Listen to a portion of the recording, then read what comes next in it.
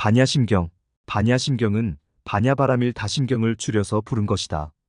반야심경과 특별히 인연이 깊은 현장 스님의 번역은 마하라는 단어 없이 반야바라밀 다심경이라고 되어 있다. 그런데 우리가 지금 신중단 앞에서 독송하고 있는 반야심경에는 크다, 위대하다는 의미를 가진 마하라는 단어가 붙는다. 즉, 마하반야바라밀 다심경으로 시작한다. 단어를 쪼개보면 이러하다. 먼저 반야는 깨달음을 얻기 위한 통찰의 지혜를 뜻하는 단어 프라즈냐에서 왔다. 바라밀다는 파라미타, 바로 완성하다, 건너다라는 뜻이다.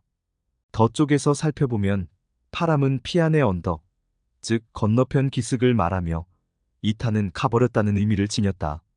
그럼 어디에서 어디로 건넌다는 뜻인가? 고통의 바다라고 생각하는 사바세계에서 깨달음의 세계로 건너간다는 의미다. 쉽게 말해 부단히 정진하여 수행을 완성해 고통 없는 세계로 건너가라는 뜻으로 해석하면 될 것 같다. 우리가 살아가는 이 세상은 태어나 늙고 병들고 죽는 곳이다. 잠시 머물렀다. 결국 사라지는 곳이다. 이 사바세계가 이쪽 언덕, 차안이다. 이에 반대되는 곳은 궁극적인 해탈의 세계, 즉 저쪽 언덕, 피안이다. 우리가 사는 이 현상의 세계는 인연 따라 만들어졌다가 눈 깜짝하는 사이에 사라지기에 실체가 없다. 이와 같이 세상이 실체가 없음을 아는 것을 반야지혜라 하며 이러한 지혜를 통해 고통바다를 건널 수 있다는 내용을 담고 있다. 심이라는 단어는 흐리다야의 번역이다. 마음, 심장, 본질, 핵심이라는 뜻이다. 경은 부처님 말씀을 적은 폐업을 엮어 묶은 수트라, 즉 경전이다. 그래서 심경이란 곧 핵심을 간추린 경전 하트 수트라를 말한다. 이상의 내용을 정리해보면 반야심경은 지혜 즉 깨달음의 완성에 대한 핵심을 설한 경이다. 직역하면 피안의 언덕에 이르게 하는 지혜라고 해석할 수 있다. 뜻 알아보기, 마하, 크다, 위대하다, 반야, 지혜, 근원을 아는 지혜, 바라밀다, 저 언덕으로 건너가다, 완전한 성취 심마음, 핵심 경, 경전. 반야심경의 광본과 약본. 반야심경은 원래 두 가지 원본이 있다. 하나는 광본이고 하나는 약본이다. 광본과 약본의 구분은 다음과 같다. 경전을 보면 어떠한 경전이든 여시아문 일십을 제사위국으로 시작한다. 즉, 이와 같이 내가 들었다라는 안한존자의 고백이다. 그리고 마지막에는 신수봉행 같은 단어로 끝난다. 즉 믿고 받아서 받들어 행한다는 뜻이다. 경전의 처음과 끝에는 대체로 동일한 스토리가 있다. 부처님의 법문을 직접 들었다고 하는 안한존자의 인증으로 시작해 부처님 가르침의 핵심 내용을 전하고 마지막에 그 가르침을 희유찬탄하면서 끝난다. 누가 언제 어디서 무엇을 묻고 답했는지의 방식으로 전개된다. 이와 같이 처음과 중간의 핵심 내용과 마지막 마무리까지 다 포함된 것을 광본이라고 한다. 반면 앞뒤 없이 가운데 핵심만 있는 것이 약본이다. 현재 우리가 사찰에서 독송하는 반야심경은 대체로 약본이다. 흔들림 없는 반야심경의 지혜. 우리는 아름다운 글을 좋아한다. 아름다운 음악도 좋아하고 멋진 그림도 좋아한다. 물론 이 모두는 우리의 판단 기준에 따른 것이다. 그러니 내 눈에는 별로인 그림도 어떤 이의 눈에는 좋아 보일 수 있다. 우리가 너무나 잘 아는 화가 파블로 피카소는 평생 새로운 양식을 찾아내는데 심혈을 기울였다고 한다. 그래서인지 그는 현실적인 그림보다는 알쏭달쏭한 그림을 통해 자신만의 화풍을 선보였다. 그는 나는 사물을 보는 대로 그리지 않고 생각하는 대로 그린다고 말했다. 반야심경을 이야기하며 피카소를 불러들인 것은 그의 삶을 대하는 태도에 지혜의 안목이 가득하다고 느꼈기 때문이다. 그것은 분명 일상적인 지혜가 아닌 보편적 세상에서 벗어난 지혜였다. 물론 그의 지혜는 그가 남긴 그림 안에 가득 채워져 있다.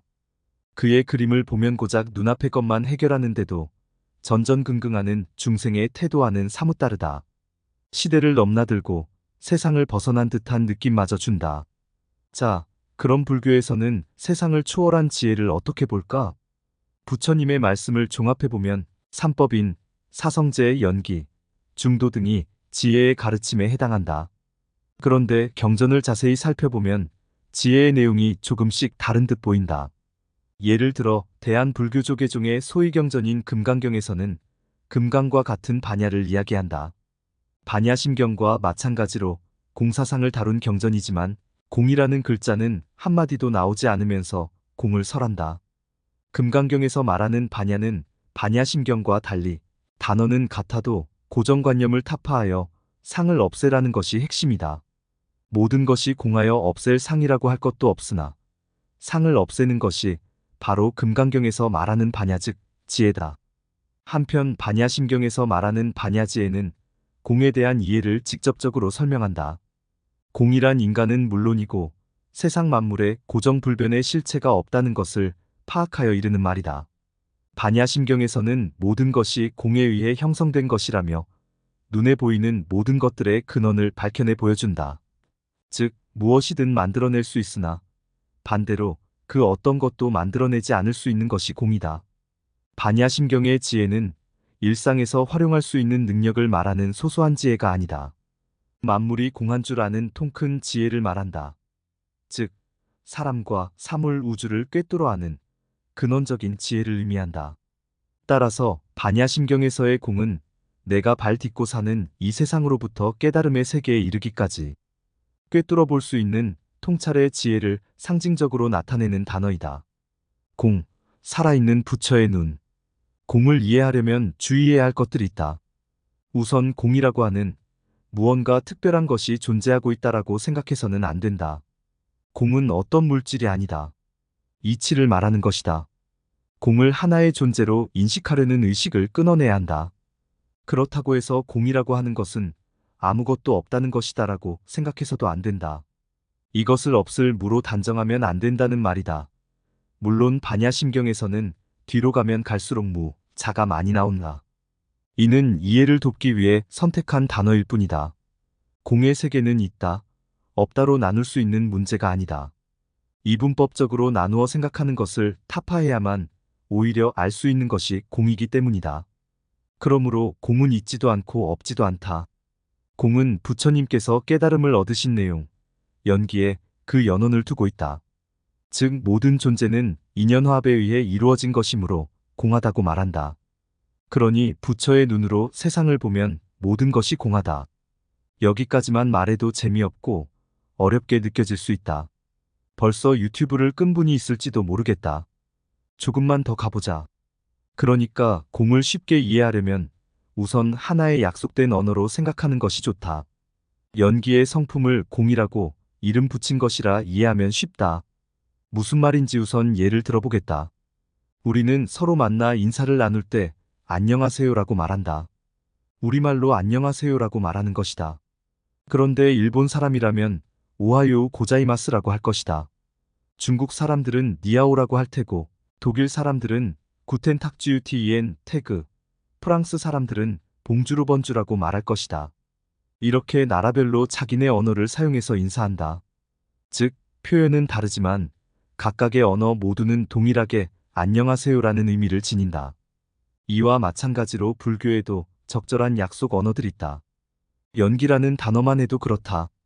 이 세상의 모든 것은 이것이 있어서 저것이 있고 저것이 있어서 이것이 있다는 것이다.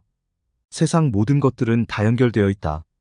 세상의 모든 현상은 다 상호이존적이어서 인연 따라 모였다가 사라지는 과정일 뿐이다. 그래서 연할 연 일어날 기, 연기라고 말한다.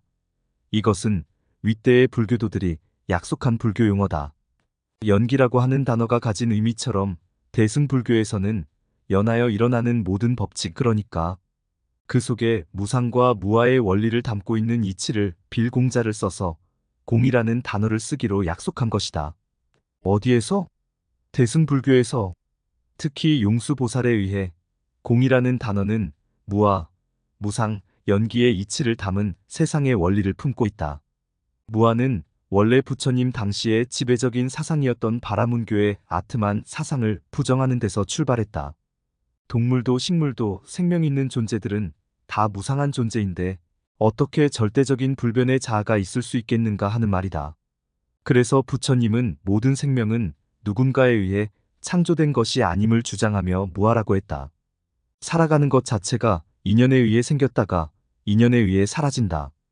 누가 만들어준 것도 아니고 저 혼자서 만들어진 것도 아니다. 그 어떤 것도 인연에 의지하지 않은 상태에서 우리 삶에 들어와 존재할 수 없는 법이다.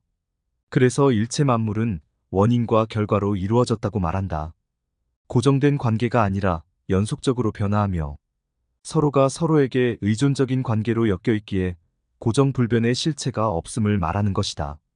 또한 연속적으로 변화하기에 무상하다고 말한다. 무상이란 모든 존재가 끊임없이 변화하여 단 한순간도 동일한 상태에 머물지 않는 것을 의미한다. 모든 것들이 처해 있는 조건이나 결과에 따라 또 다른 결과를 만들어낸다. 늘 같은 것은 없기에 이렇듯 항상함이 없다는 의미로 무상이라고 말하는 것이다. 이상의 것을 종합해 다시 말하면 이러하다. 고정된 실체인 나가 없으므로 무아라고 말하는 것이며 무아이기 때문에 언제나 변화하니 무상할 수밖에 없다. 그러므로 비었으나 비었다고 말할 수 없는 상태, 모든 것은 공하다고 말하는 것이다. 그렇기에 우리는 조건에 따라 무엇이든 만들어낼 수 있고 무엇도 만들지 않을 수 있다. 앞에서도 말했듯 이러한 공사상은 용수보살에 의해 연기사상을 바탕으로 체계화되었다. 부처님의 깨달음을 공이라는 단어를 사용하여 더 풍부하고 자유롭게 담아내었다. 따라서 쉬운 말로 하자면 공은 연기의 다름 아니며 모든 현상이 서로 의지하여 일어났다 사라지므로 불변의 경계나 실체 따위는 없다는 뜻이다. 우주에 변하지 않는 유일한 것은 변한다는 사실뿐이다. 라고 말한 그리스 철학자 헤라클레이토스의 말에서도 만물의 이치, 무상을 발견할 수 있다.